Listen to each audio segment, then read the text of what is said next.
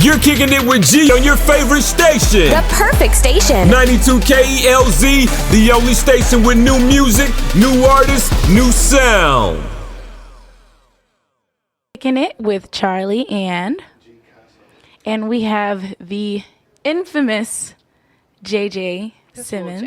Just little JJ. I'm like, she's like just little JJ. That's so much disrespect. I can't even do it. Who do we have with us today? Hey, it's JJ on the mic. You know, It is Thursday. We have JJ on the mic with us today, kicking it with us. Thank you for having me. Thank you for being here. I said earlier, like, I have been waiting to grace your presence. Oh my gosh. And it's just crazy because you have such an extensive record, right, in the entertainment industry and in media and things of that nature. And you were just talking like you've been doing this for a long time. A long time. Like, very long. Oh my God. How did you get into that? Where did that start? How did I get into radio? Yes. Oh gosh, I started off as an intern back when I was 16 years old. We had a rock station at my high school, and I was like, rock. All right, I'll try it, because I just loved radio. I've always wanted to be in radio since I was in 6th grade. And so I worked at that station at high school, and then I interned for a hip hop station in my city. That is cool. And from there, I was able to, I went to Clark Atlanta University, which has a really well-known jazz station called WCLK. Worked there, and then brought my butt back home because I ran out of money and acted a fool. Where are you from? I am originally from Cincinnati, Ohio. Ooh. Home of the Cincinnati Bengals. You care. Oh, wow. And so I've been able to travel the country and, working at different radio stations, which has been a real blessing. And I've been in Houston for, I think this is now my 8th year, and had the pleasure of working for a station here too. That's so awesome. I do love Houston, and I tried to leave, and I was like, let me bring myself on back to Houston, back to H-Town. Yes. Oh, my God. So, okay. But she did drop some jewels, though, before you get into it. I know she dropped jewels as soon as she started. She said she started radio when she was 16. I was just about to say that. Yeah. Rock. She didn't like rock, but she started. But she was there. Yeah. That's what I wanted to ask. I'm like, you have been able to go from rock to hip hop to how did you make that transition? And did you know that this is something that you always wanted to do though? Yeah. When I was in 6th grade, I used to listen to radio personalities on the air, and I was obsessed with how they talked. And I felt like I was listening to my friends. Like I had a whole, and I mean in a weird little obsessive way, I felt like they were my family, but to the point where I would call and tell them when they would mess up, like, you didn't say that right, or, oh, you were saying this and that was not right. I would call them. Oh my God, I love it. And I know they were like, who is this chick? And it's crazy to think I ended up working for that same station. I used to call and harass them all the time. Oh my gosh. But they felt like my friends, and that's what it should be. As a radio personality, you should communicate with people like you're talking to one person, a friend of yours.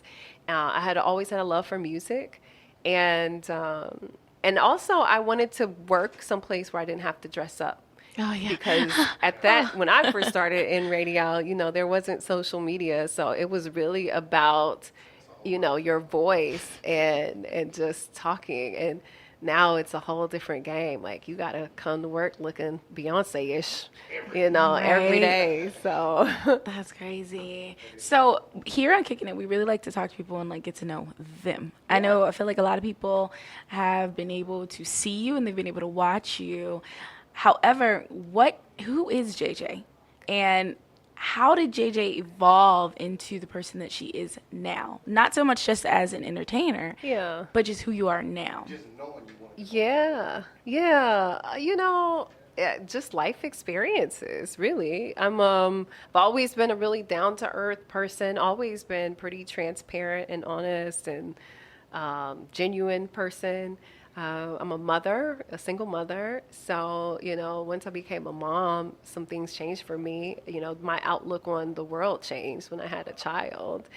And, my life has just been a roller coaster like everyone else. And I just am free to share that, because I think that your transparency and being open is how people grow and flourish. And that's been me from day one. I just feel like maybe now I'm just more free. You're more free. So if you didn't take that radio path, what do you feel like you would have ended up? Yeah, so two things I always wanted to do. If I wasn't in radio, I wanted to be a mechanic. Wait. I did. That's so cool. Was like, how did you go from one to the other? I did. I wanted to be a mechanic. I thought, how dope would it be, like a woman who knows cars? Oh, yeah. And, like I want to, and I've always been a tomboy too. So, I just was, I love that. I'll be like, yo, I got you. I can't see her changing no oil either. You need an oil change. I got you. And then an astronaut. I wanted to be an astronaut at some point. I got a question about it. I know it's not about, but the astronaut thing. We don't send that many people to space, so what do you really do to astronaut? Well, and that's when I was little. I was so little, though. I didn't really understand it. Now, I'm actually kind of, and I know this is the wrong city to say this in, but I'm just going to be honest. I just feel like we spend so much money trying to understand what's going on in space when we could use that money to take care of the homeless or, put that. You said you don't think we really have? You don't think the moon really happened? No. It was all a dream. Are you like a conspiracy theorist? Is the world round or flat? See, now I'm not one of the people. I feel like he is, though. Like, he's like one thought process away from How it. far east can you go until you're going west? Oh, my gosh. No, but you made a statement. That is actually really smart. Like, we do worry so much about what's going on externally outside, and we don't focus on what's going on around us, person to person, the humanity of, like, personal relationships. Yeah.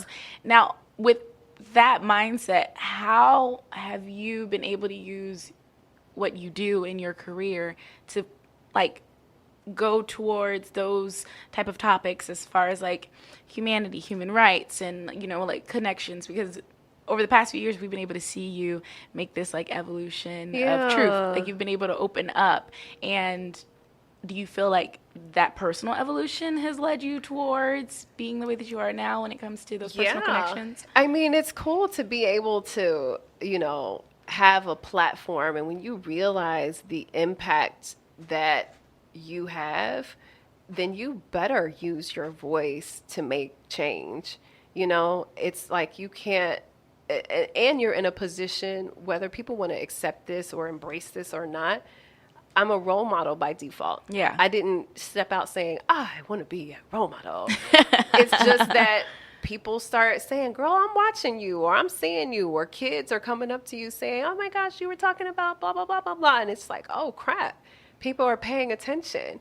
And it's the same thing with anybody who's in the public eye or a celebrity. We keep saying, well, that person doesn't want to be a role model. Well, you are by default because you're in the public eye, and people are influenced by you. And so for me, I have a daughter, and I want to be my daughter's best role model. And I want to help other girls to become great role models for other little girls like my daughter. And so I have to use my platform. For years I had, just here in Houston, having almost 300,000 people that I'm talking to every day. Then there's something that someone needs to be educated on, or there's something that people really want to talk about, and it's bigger than talking about what's happening on Real Housewives. Yeah. There's stuff going on right here in our city that people need to talk about. Yeah. I think people need to accept it more for themselves before actually seeking help. Because some people actually, I feel like they think that, like you just said, the Real Housewives of Atlanta, their problems is bigger than their problems. Oh my God. Everybody has problems. And I think if people more realize that, things will be a little bit better because, like you just said, they're on that platform. Yeah. They influencing everybody. See, and what's hard is that when you look at why people watch television, for example, two major reasons why people even watch TV. They either want to escape from their reality, right? Yeah. Or they want to be inspired. And it's just like, well, which one are you doing? And I had this conversation with Mona Scott about this, because I'm not into reality TV. Yeah. And she was telling me, she broke it down to me, like, I said, I'm not one of those people who wear like all the designer clothes and stuff. It's just never been me. And I don't ever want to be something that I'm not. I don't care about red bottoms. They're just like, why would I spend this much? They're painful, first of all. But, right. But, the Real Housewives, they wear all this stuff and it inspires a lot of people to want something better, which is, it's fine. If that's you, to each their own. But I have to use my platform for something different. I need people to be able to take a look at themselves and say, we all have to contribute to making this world a better place. What part do I play? And I need to let people know you all play a part. Everybody plays a part in making this world better. Stop complaining about stuff, and you don't want to put your money where your mouth is. Do something about it. We can all make a difference. Yeah. But see, and that's another thing. I mean, me and Charmaine had a conversation about, as far as like making a difference, like places before. But I always tell people, like, you want to make a difference. You're trying to tell somebody how to make a difference in their neighborhood, but your 4 blocks where you live is messed up. You know what I mean? Like, control your 4 blocks first. Yeah. Let's see if you can make a change in your immediate neighborhood first before you branch out. That's very true, and everyone has different gifts, you know what I mean, and different strengths, So my thing is just, how can you use your gifts to make an impact and still enjoy what you're doing? Yeah. So the passion doesn't go away. Yeah, I definitely agree with that. But I feel like it also comes with that self-acceptance. Because if you're always looking for acceptance everywhere else, you're never going to know what's really good for you. Oh, yeah. I mean, that's why I'm like looking in the mirror and trying to get people to look at the mirror. It's not a comfortable thing. But you hear that now a lot more. And I don't know if it was like after the Yanla movement or the Dr. Phil or what. But there's like a lot of conversation about self-awareness. Yeah. A lot of the times, like you said, when we watch like shows or we're on social media, we're too busy either idolizing something or desiring an escape. Mm-hmm. However, a lot of the time we don't actually take a self-assessment about what's really going on within us internally, what's going on in our immediate circle. Yeah. For you, what was that like? Have you always been self-aware, or did you just come to this an epiphany over the past few years? Coming out of this relationship with this guy, the guy I wrote my book Without Bruises about, that journey is what led me to self-awareness.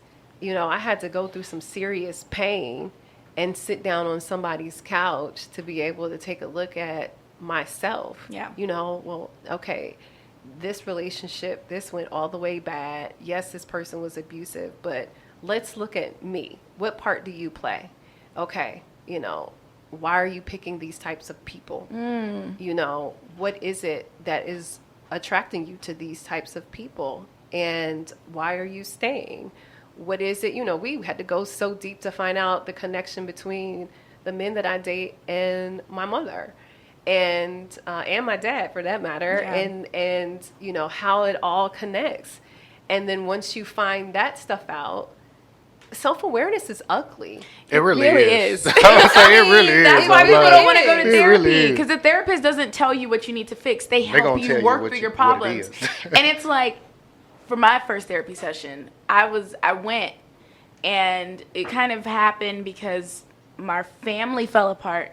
And everyone else was going to therapy. And then they were like, well, you should go, just so we can work through all our problems together. And I was like, cool. Like, I've never been against it. Yeah. I have. I promise you, the first 5 minutes, I felt like she just asked me, so why are you here? And then, like, I was like, I have problems. Like, I was just, I lost it. But it's crazy because you literally, in that moment, have no more excuses. Yeah. You can't blame anyone else. Yeah. You have to sit there and go, oh, this is me. Yeah. As an adult. Yeah. And I have to hold that responsibility. And just imagine if we would have been able to have this knowledge when we were younger. Like how much further we may be in life if we had those tools. I honestly feel like we had them when we were younger. No, Are you sure? I really feel like we did. We just tuned maybe it in out. your house. I feel like we just tuned it out because I feel Yeah. like before every decision we make, man, we're always gonna think about the right thing to do. Before every decision, like you're gonna constantly think about. But what it is is the to right do. thing to do, though?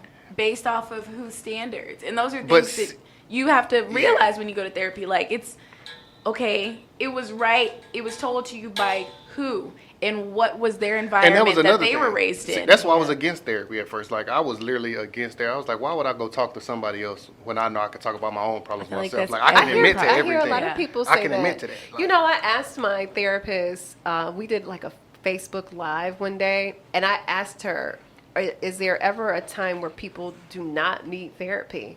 And she said, if people have grown up in a house where they are used to having open discussions and working things out together, then maybe they are least as likely to have to go to therapy because they're already more aware, Well- you know. But in the urban community, we don't talk about a lot, you know. Still, I'm glad that we are like in the last couple of years, as you mentioned, whatever it is, maybe it's helped people to be more open about it.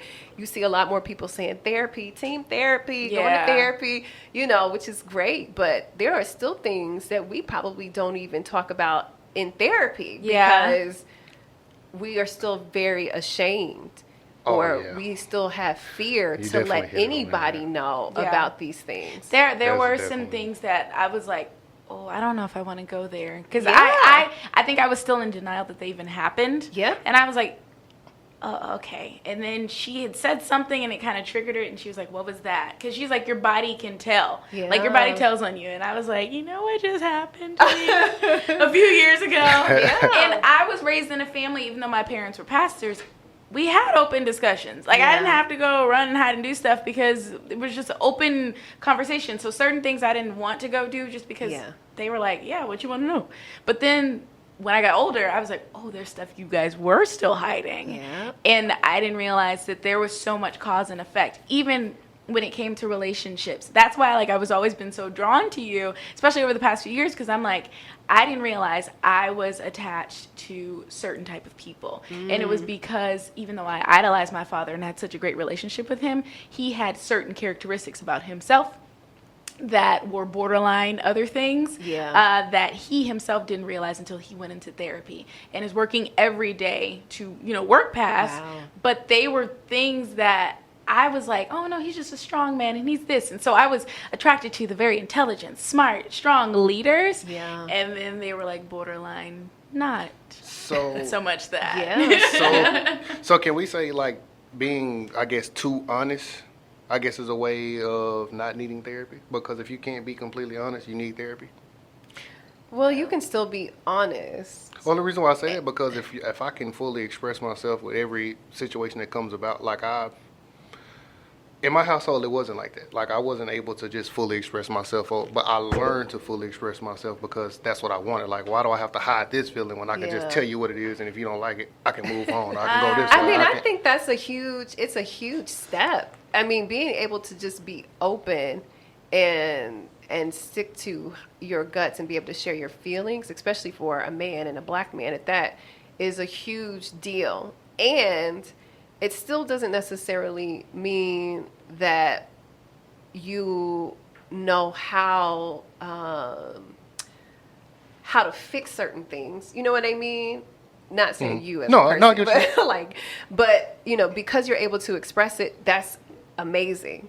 And there are still things that we all need to work on that we still may not realize we need to work on. You know what I mean? I know exactly, because I definitely feel like, only reason why I say I think I need therapy now, because as a man and just for us expressing things, for a person as a human to not have cried for years on top of years, something is up. You need to go cry. Because I ain't did You wanna no go? tears. We can get you to cry I ain't today. I ain't trying to cry, but I'm Let's just like open your thinking heart about up. everything. You know what I mean? I'm just like thinking about everything. No, Like, Because you know what? I mean, okay, so look at this for an example. And I was just having this conversation with someone the other day about like social trauma. We go online, you see people getting shot. Like there was a time we would never, even just watching the news can be traumatizing, but you would still never actually see a person being shot. So you have access to all of these videos that we've never had access to. That's traumatizing. That is. But what I'm saying is you may not realize that it's traumatizing because maybe you feel like you're desensitized, like, oh man, somebody got shot. Did you see the video? You don't understand how it's soaking into you. Or like later on, like what was the movie that just came out with the boys who went to jail? The Ava DuVernay's movie. Yeah, what's the name of it? Yeah. What is Who see when they see us? When they see us. Yes. So okay, so anybody who watched that movie, if you didn't feel angry or sad or sick to your stomach or whatever, like there are people who have watching that movie, you have held on to those feelings and those emotions, right? And it's just like just watching a movie made you feel, which is a real story, which makes it even more impactful. But that right there, you might need to sit down and talk to somebody about that. You know, maybe you had an attitude for the rest of the day and you didn't even realize it. Or maybe you had an attitude for the rest of the week and you over here. Or maybe every time you saw a white person, you looked at them like, really? I was about to say. Just finna say it. So imagine, like, these are the conversations that need to be talked out. And they need to be, and preferably, right, with a professional who can help you. And they have the tools for how you can deal with it. But does that professional have to look like us? I don't always think that they do. I mean, when I hear black men talk about going to therapy, men that I know, they prefer to see a black man.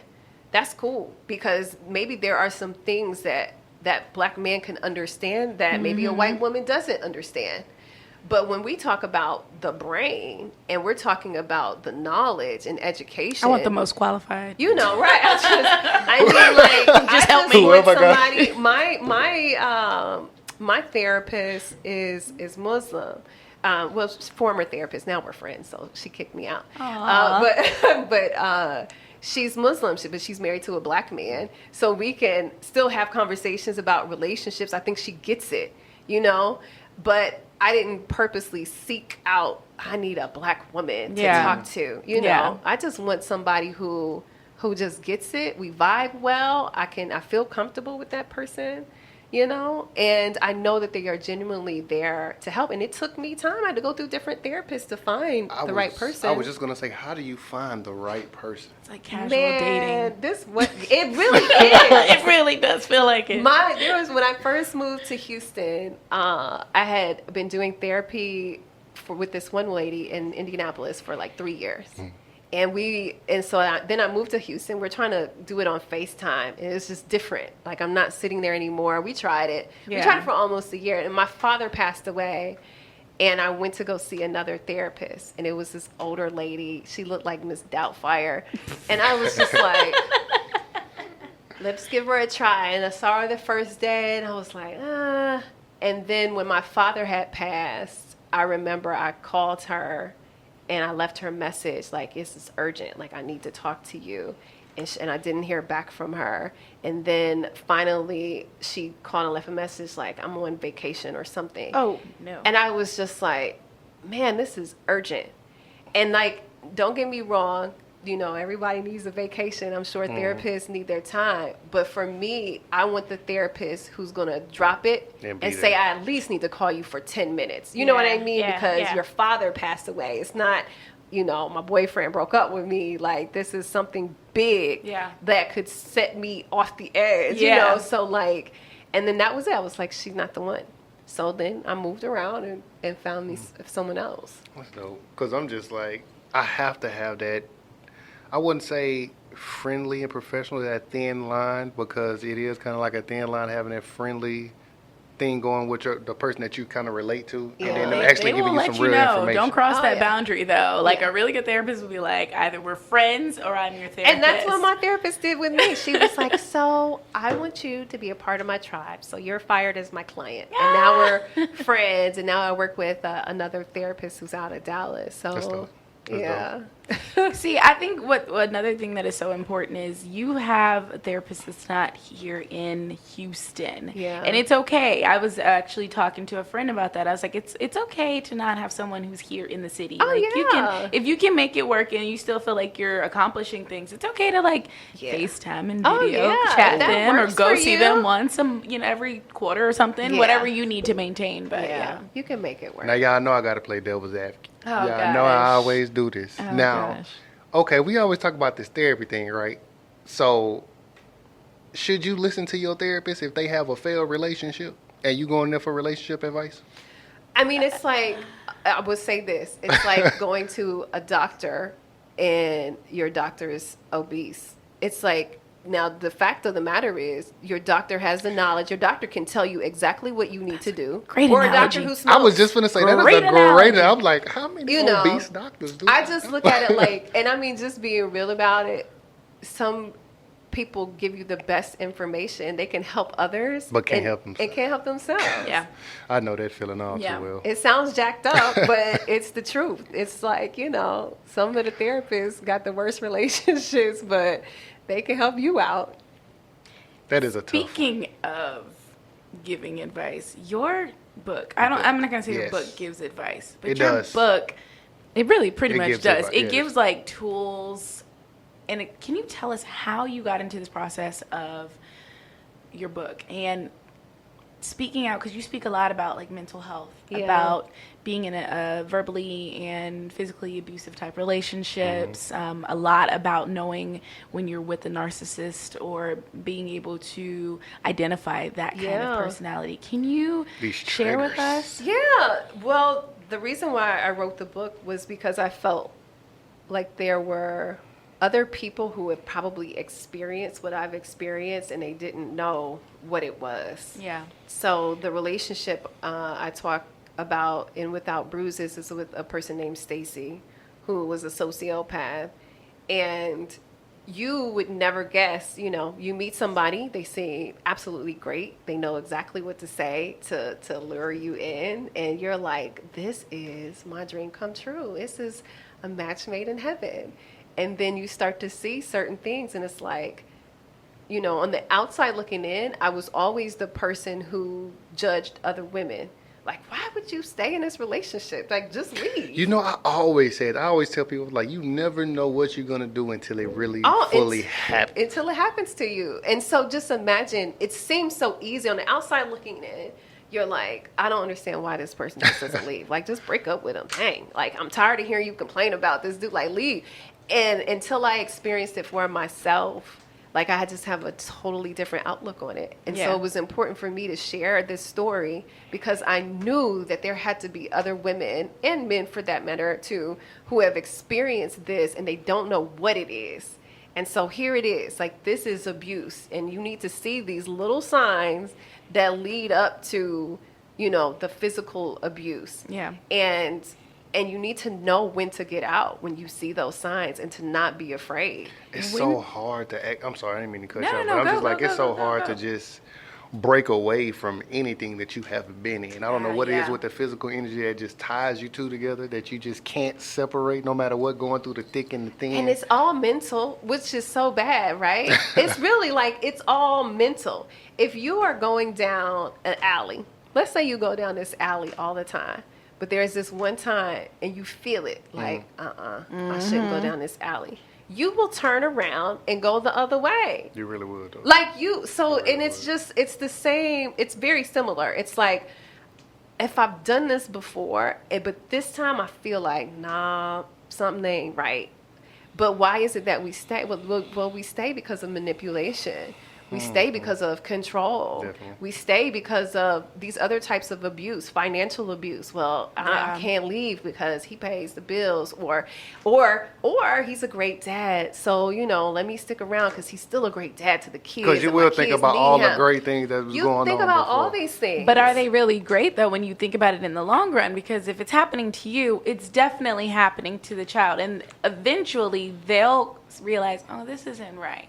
Something is wrong, too. Or just understanding that your kids are paying attention and they pick up everything. Everything. And, you don't want that cycle to continue.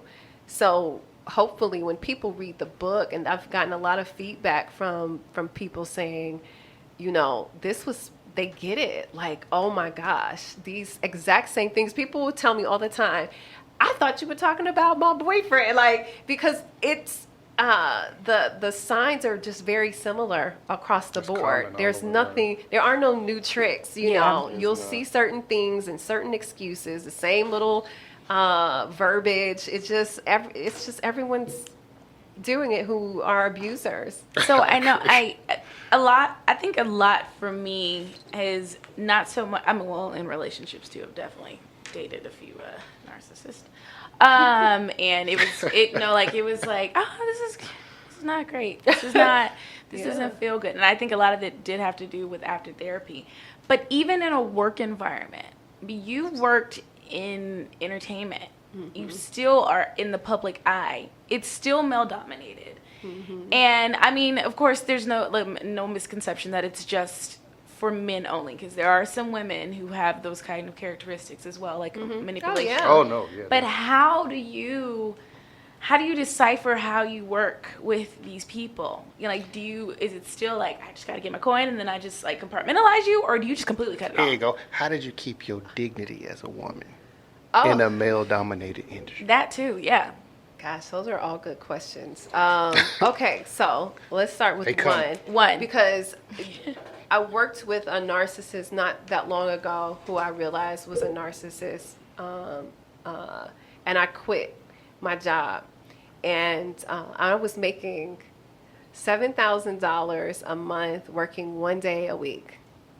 So when you talk about the perfect opportunity, and I had to call up some of the people on our team and say, hey, this person is just not a good person. They're lying and just, it's just bad. And I left. And you have to stand up for yourself. And sometimes it ain't always comfortable to do it. In regard to just what you had mentioned,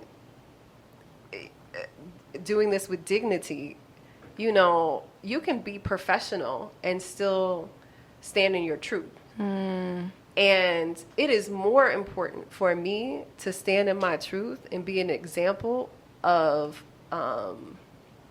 what I call a real woman, than it is for me to get a paycheck. I left my job at the box. Sorry, I didn't know if I could say the radio station, but go ahead. But I left, because I was tired and there were other things that I wanted to pursue, and I was drained by the content of what I was talking about every day. I'm tired of talking about gossip and foolishness, and I'm tired of it.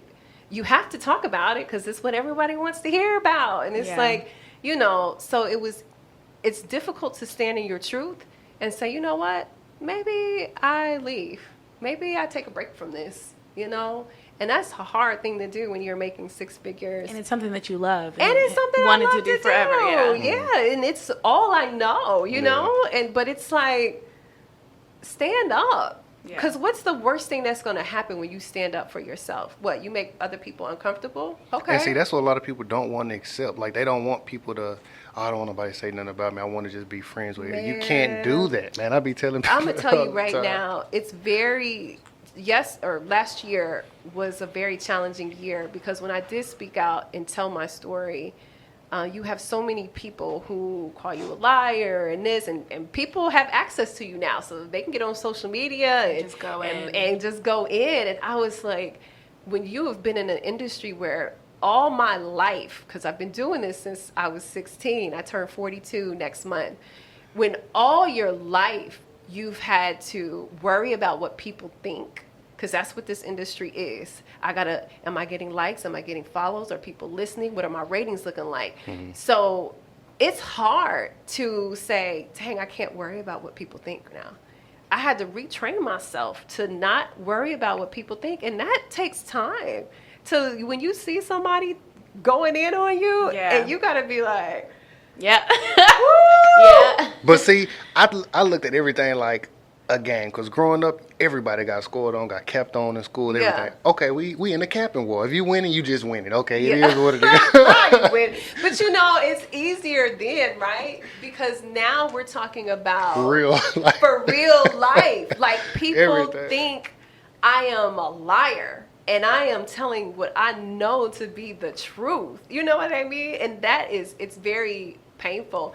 And it's one of the reasons why I said, you know what, let me start doing this self-love coaching, because I need women and men to know that it doesn't matter what people think. And I say this all the time to my girls in my On Me tour. I say it all the time, but then when it comes to like being in your face, it's like, you know, you got to stand on your words. Oh, like, it burn. Hey, it does. Because it's like, oh, all right. I mean, trust me, It there are burn. people who wrote stuff on social media, and I almost wrote a whole thesis like, all right, Jillian, delete. But look, I feel like if we take the Eminem approach and just kill ourselves first, you can say whatever you want to say. It's already out there. It's hard, but that's what I did. I was like, you know what? When I told my truth, it was embarrassing for me. Yeah. Go ahead and put everything out here. Everything that you can possibly think of, put it all out there. And let it be what it is. It's one of the reasons why, while I don't agree with everything Wendy Williams does, I do, and I had the pleasure of working with her in New York. I commend her for just sharing her truth. She would put her stuff out there. Yeah, I did drugs. Yep, I was doing cocaine. Yep, I was now say something. What can you bring to me? What are you going to say if I put it all out there? Yeah. Put it all out there. Because what it is, it's just real. Everybody, you know, these women that reached out to me after I shared my truth that were saying, hey, I understand what it's like to feel like you want to commit suicide. Like, I've been there, or I'm here right now, or, oh my God, I'm battling depression too. Like, it's hard. Can you help me? What can I do? Or what are you doing? I'm like, okay, I see the bigger picture.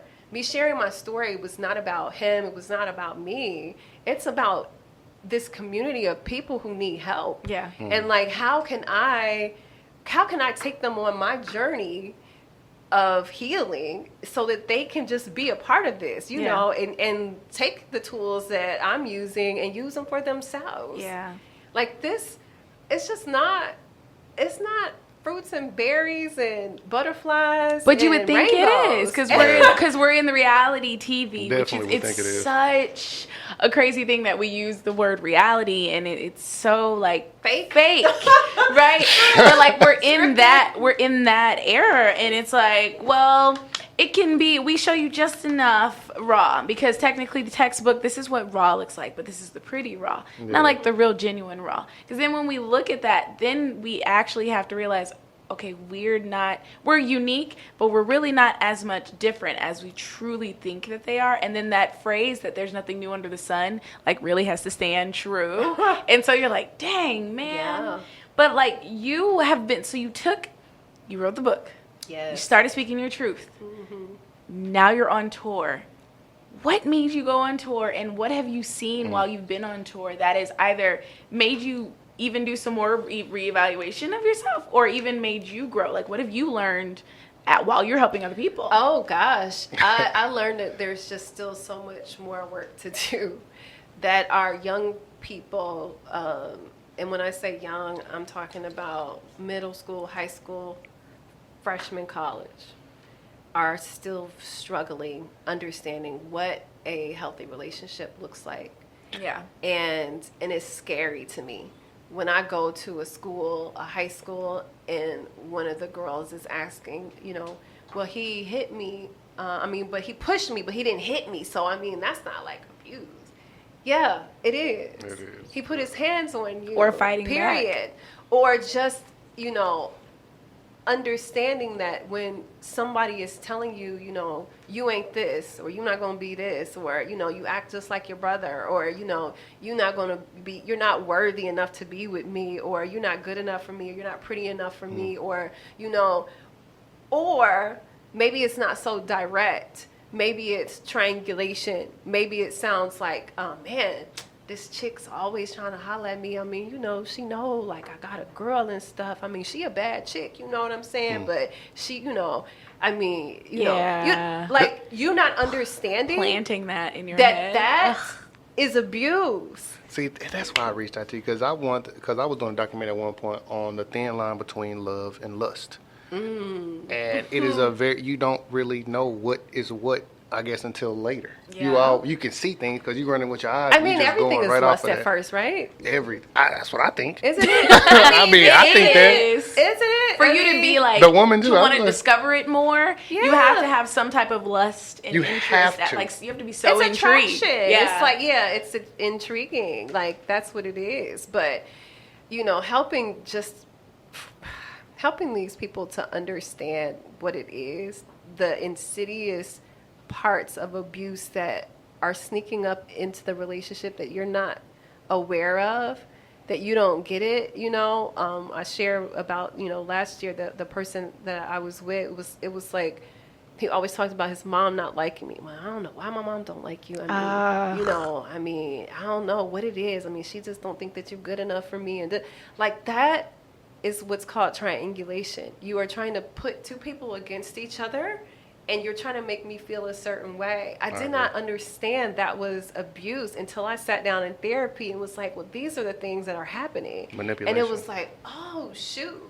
You know, when we talk about isolation, and this is Domestic Abuse Awareness Month, so people need to really get these facts. When you talk about isolation, it doesn't always look like, don't go out with your friends. Right? Mm-hmm. For me, it was, oh, babe, I really want you to be here because I'm going to make your favorite, you know, I'm going to make your turkey burgers. Yeah. You know, if you stay here, I just want you to be here when I get home because I want you to be the first person I see when I walk in the door. And, like, it doesn't always look like what you think it looks like. And that's why it's so important that we talk about these signs, because people, they're missing it. And it looks like love.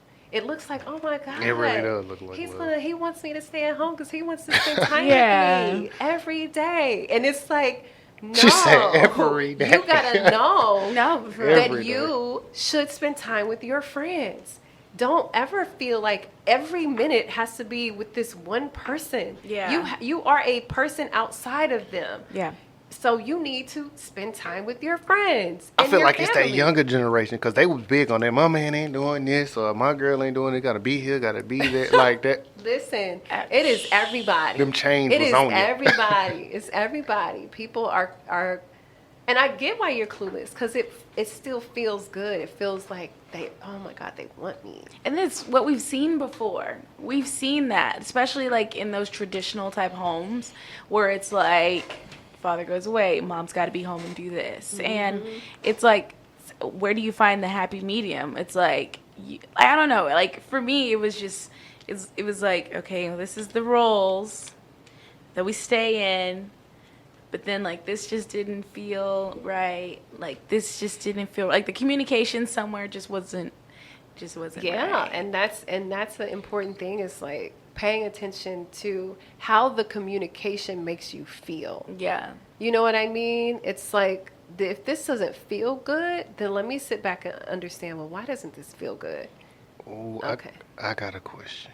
Just sitting up here thinking, I was just thinking of just listening to y'all. Wheels are turning. So, as a man, do you feel like it is a form of, I wouldn't say depression, but as far as I would say, I could say attacks, because we had this conversation before, for us about when you meet a woman and she wants you to pay for everything right off the bat. Oh, you're a man, you're going to do this, you're going to do that. If you don't want to do this, you can't be with me. None of this. Like, this is, okay, so this is my thing on that. And I'm glad that you said that, and I'm going to tell you two things. One, my father told me, I'm listening, don't ever pay for a man's meal. Now, this is what my dad said. He said, if you want to cook for him, if you want to cook, cook a meal for a man, that's fine. But don't ever pay for a man's meal. It's not your job to provide. Now, that's what my dad said. Mm-hmm. So that's one. Two, I feel like it's just about having that conversation ahead of time. Why don't you feel where people are with it? Because my thing is, you can establish your own rules or your own, you get together and see what works for you. So my thing is this: if a woman says, well, every man needs to pay for a meal, then maybe she not the one. She ain't the one for you. No, I agree. Stop. I agree. But it's people getting drugged out here. I'm talking about getting drugged just for just then being they need normal. to walk away. And I mean, it's just that simple. It's like, but if a woman feels like a man needs to do that, then y'all need to have that conversation before y'all even go on your first date. Hey, where do you pose to learn it from? Like, if you didn't learn it in your home, and your parents didn't teach you, I mean, sometimes they wrong. So from you looking at social media and TV all the time, this is what you're constantly seeing, and that's how you thinking it's supposed to be. Like, how do you break that cycle? And that's the thing. It's just like, that's where the self-awareness comes in, right? It's about how I feel. When I go to a restaurant and when I'm on a date with somebody, there are times where I'm like, you know what? Let me just disregard what my dad said, right? It's just like, maybe I want to pay today. Yeah. Maybe I'm okay with treating. And maybe he did ask me out, but I still am like, I got it this time. Like, it's not that, to me, it's just not that big of a deal. I do it however I feel moved to do it. You know what I mean? But that's what works for me. And that's what works for the people that I date, because we have those conversations. Should a man always pay? Those are those little goofy conversations you're supposed to have them. Yeah, you're supposed to have them. Or like, you got dinner, I got dessert. You know that type situation. Like, I got you on dessert. Let's go get some cake. But I mean, it's just about, even if we haven't learned it, we still should know to communicate. Yeah, I agree. Just communicate it and let it be. It goes back to things being uncomfortable. Like, that's an uncomfortable conversation you may have with somebody. I don't want to ask if that's cool, but guess what? Like, if I ask and we establish it, then there's no miscommunication later. Yeah. I definitely feel like you shouldn't be scared, especially when you first meet someone. I feel like those little conversations, they need to be had over some drinks so some laughs can get in there, or you can figure out where you need to go, because I feel like you need to ask every crucial, breaking point. Listen here. At the beginning. Listen, when you sing now, this is what I really wish that we could have, and I promise y'all, one day I'm gonna create this. The Wakanda Forever little chip? Yes. Like, I want everyone to have this little chip where I can just scan and be like, boop, and then I get a printout. Everything I need to know is right there. Okay, your mama crazy. Yo, mama. You don't like your mama. Everything. You don't like your mama. Like, all these like everything. Just a printout comes out. Okay, this runs in your family. I'm gonna know about everything, your health and all that, and just, all right, cool. And this is how you think. This is your mindset. All right, I can either work with this or I can't. Because right now, I'm making people really uncomfortable when I am asking questions. My first questions are, okay, so do you date men? Have you ever dated men? Have you ever slept with a man? Very Have you necessary. slept with a man? Have you ever been thinking about sleeping with a man? Like, I'm going to ask everything now, because now you need I all know them. where my experiences have taken me, and I'm not. Yeah. I don't know what's up with y'all these days. I'm looking at this camera. Hey. All y'all, I don't know if I ain't gonna say it, but hey, people you are right, because you have to ask those questions. You have to ask. And my thing is, they might not tell you the truth, but at least I can ask you to your face, and I can look you dead in your eyes and see how your reaction is. I want to know how people sleep like that. Like, how you sleep at night knowing you didn't just look me in my eye and lie to me. Because they have no connection to you. It's only when people have like connections with you do they actually feel remorse about letting you down. Other than that, they're like, yeah. That's why we can swipe right, we can swipe left. We can have a 5-minute conversation and be done. Fresh said Carfax. We do need a Carfax on people. That's good. People facts. We need that. I love that. Oh my God, JJ, I'm so happy that we've had you here. You have opened up and let us know who you are, and I think it's something that hopefully it's a trend that starts, especially with people who are in the public eye, and it's genuine, not reality TV, but like it's genuine. Yes. Because I feel like it's so needed. How can we First of all, are you on tour again? Like, are you on tour right now? I'm chilling right now. I'm taking a break. Holiday I'm taking time. a mental health break. Yes. Mental health break. But yes, people can find me online, jjonthemic.com. My Instagram is JJ on the Mic. I think everything's JJ on the Mic except for Facebook is JJ on the Mic Fans. And my books are on my website, and they're also on Amazon. Without Bruises is the book we're talking about. It's such a good book, guys. Go get it. Thank you. Please And then I have my affirmation journal. It's called Respect My Crown, I love a 30-day affirmation journal. And my latest book, it's a workbook that I released in January. It's called All Falls Down, and it's a daily study of scripture to lift you up when life has knocked you down. That is awesome. So yeah, I'm out here pretty cool. hustling. I'm a hustler, baby.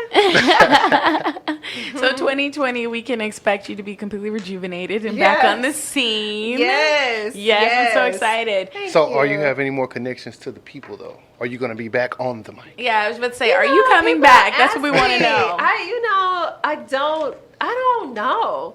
And I just am letting God lead the way. Like, I just do not know. But I trust that something miraculous is going to take place, and it's gonna blow my mind, and it's definitely going to blow other people's minds. I have a question off of that before you go. When you said you let God lead the way, in your area, your vision, your mind, your words, how do you know when God actually sent you something? I feel it. I trust it. It's in my intuition. I can always tell now because of falling on my butt so many times when I've made the decision, like that was me. Yeah. You know how people be like, I heard God. You're like, nah, that was you, player. That's all. Yeah. That wasn't him. He didn't do that. That was not God. But I feel it. And normally, not even normally, always, it is something that doesn't make any sense. And that's how I know that it's God. It never makes sense. It's like you can't see like one and one adding up. And you're like, that's not going to make, no, it's not going to. Okay, you know what, Jesus? Whatever. You did it. You did it. You did it. I just posted on social media on my stories last night or this morning. I had been praying for God to send me a check in the mail. I was like, unexpected checks. I am manifesting it. Come on, Lord, unexpected checks. And I got a check for 57 cents in the mail. Hey. And I was It's like, the small 57 success. cents. It's the small things. I was like, all right, so you got a sense of humor, Lord. Now he's like, all right, daughter, now be specific. Be specific. All right, $10,000 checks.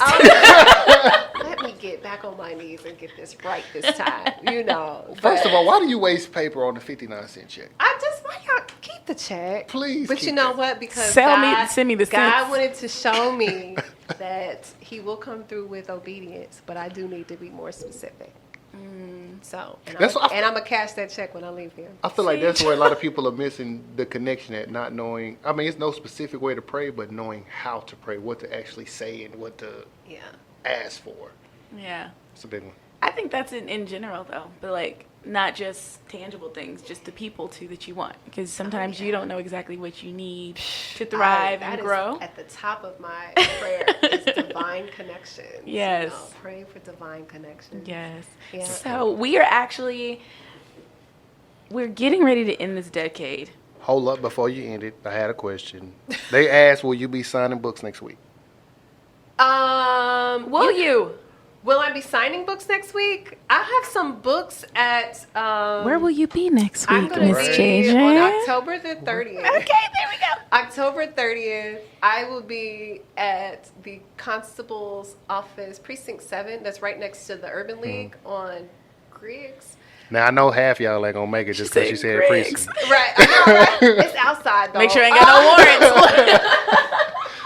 They won't see you. So that's so funny. It's outside of Griggs.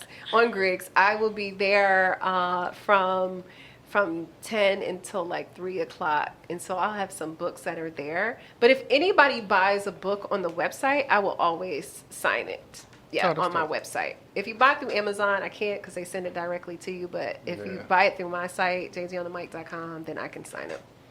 Dope. Thank you so much for being with us. My last question, though, was actually, so I know we're ending this last quarter, and I know you're taking a moment. but we're going into a new decade. How are you Definitely. attacking this new decade? Man, you know, what is on the top priority for me is collaborations. And so that's my word for next year. I already got my word. I was like, this is what it is, because I have witnessed that I can just accomplish so much more by collaborating with the right people. We got to stop trying to recreate the wheel. There's 90,000 organizations in the city. There shouldn't be. It's just about everyone who's doing the same work need to come together and stop worrying about whose name is on it and who's getting the check for it. And I just want to get the job done. You know, just are we here to make an impact or not? So I am about collaboration and just finding those, like I said, divine connections, the right people to do collaborations with next year. Well, you guys, you heard it. 2020. Don't hit her up for the rest of 2019, Don't except for talk next to me week. right now. Next week, let her go back in. She's going in incubator. She's getting ready. But 2020, be on the lookout. Even Definitely. throughout the holidays, if you're looking for some inspiration, go get the book, JJ on the Mic, on all platforms except for Facebook. It's JJ on the Mic fans on Facebook. Okay, JJ on the Mic fans. Thank you so much for kicking it with us, Thank guys. you. Stick around for the rest of the show. We are here till 4 on 92 KELZ, the home of new music, new artists, new sound. You're kicking it with G on your favorite station. The perfect station. 92 KELZ, the only station with new music, new artists, new sound.